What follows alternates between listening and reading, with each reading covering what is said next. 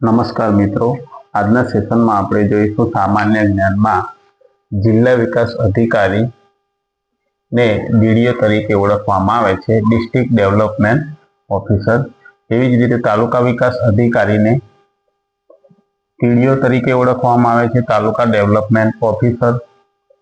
ગ્રામ પંચાયતના વહીવટી વડા તલાટી કમ મંત્રી હોય છે. પછી સરપંચ અને ઉપસરપંચ ચૂંટાયેલા વડા. ત્યાર પછી મહાનગરપાલિકાના વહીવટી પાંખના જે વડા છે એ મ્યુનિસિપલ કમિશનર. તો મિત્રો, તમને આ વિડીયો ગમ્યો હોય તો લાઈક કરો.